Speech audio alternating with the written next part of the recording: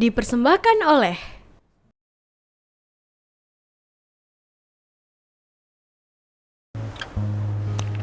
Alhamdulillah, Kamu kenapa, Mam?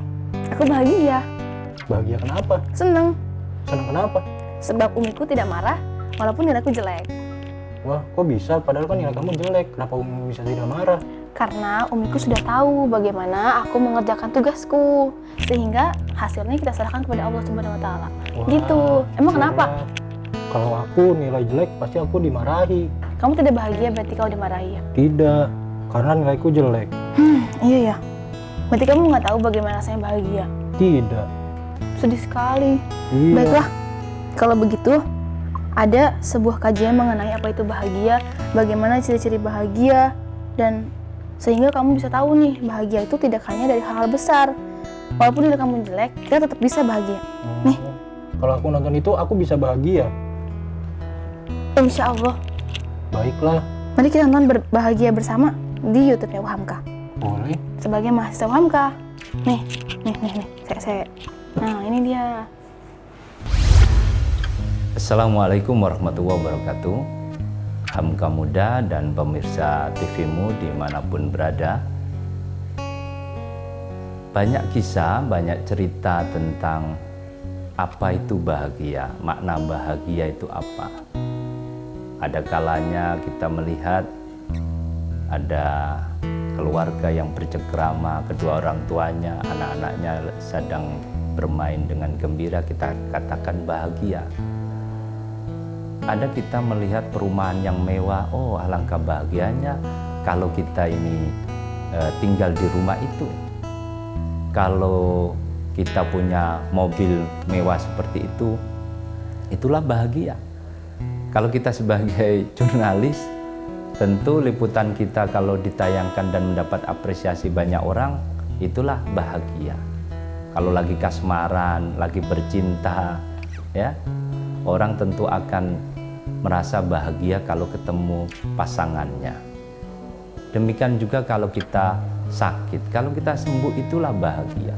Ternyata bahagia itu banyak maknanya. Orang mencari bahagia ternyata kompleks, dan seringkali orang sukar mendapatkan apa itu bahagia. Hamka Muda dan pemirsa TV-mu dimanapun berada, Buya Hamka memberi pesan kepada kita bahwa bahagia itu dekat dengan kita, ada di dalam diri kita.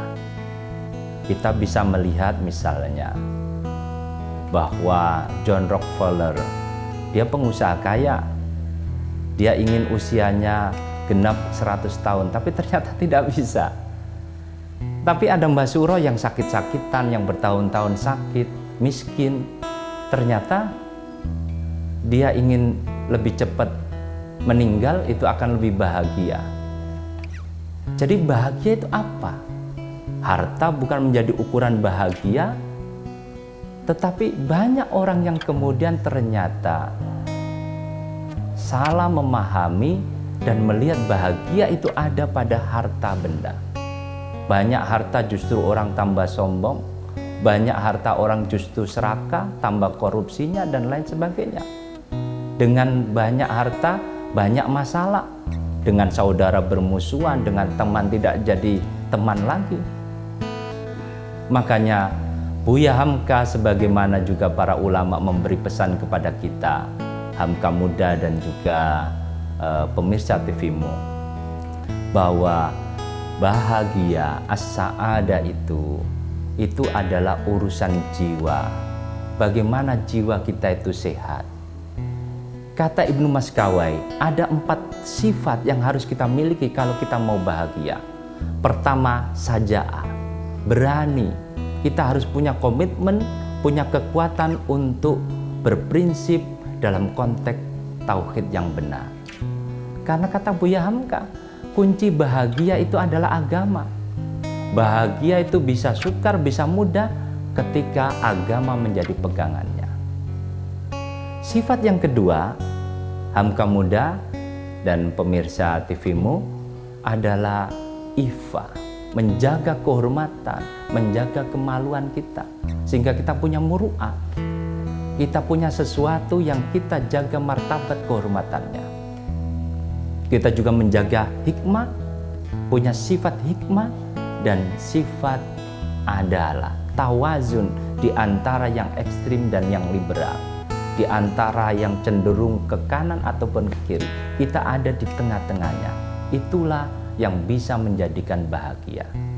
Dan tentu kunci bahagia itu adalah bagaimana kita meneladani Rasulullah. Karena menurut Imam Al-Ghazali, Hamka Muda, bahwa kunci kita bahagia, memperoleh bahagia yang sejati itu manakala kita dasarkan segala sesuatunya karena Allah dan kita berharap ada perjumpaan nantinya dengan Allah. Makanya bahagia itu kalau mengikuti Rasulullah adalah kita senantiasa ridho dengan apapun yang Allah berikan. Kita memiliki sifat qanaah. Itu makanya dikatakan bahagia itu ada dalam diri kita. Bukan jauh-jauh kita cari kemana. Bukan dengan harta benda. Bukan dengan apapun yang secara fisik, secara material kita ingin dapatkan. Tapi bahagia itu di sini. Qanaah, merasa cukup dengan apa yang Allah berikan kepada kita. Bahagia itu di sini. Sifat sabar kita, sifat ikhlas kita, dan sifat kita selalu ridho dengan apa yang Allah berikan kepada kita. Makanya sebagai penutup, di dalam Tadkiratul Aulia, Fariduddin Al-Athar mengatakan, bagi setiap mukmin kalau ingin bahagia, maka jadikan kesenangan ataupun penderitaan itu sama-sama adalah sebagai keridhaan kita kepada Allah. Semuanya adalah hal yang positif. Semuanya adalah hal yang baik bagi kita. Semoga dengan qanaah, merasa cukup, merasa apa yang diberikan Allah itu adalah yang terbaik, maka kita ridho dengan segala sesuatunya. Dan semoga kita bisa menjadi termasuk orang-orang yang bahagia.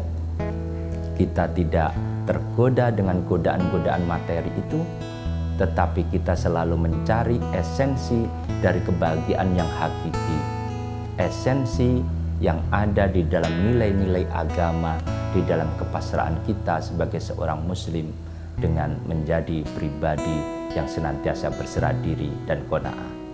Terima kasih, semoga bermanfaat. Nasrum minallahi fatun qarib wa basyiril mu'minin. Wassalamualaikum warahmatullahi wabarakatuh.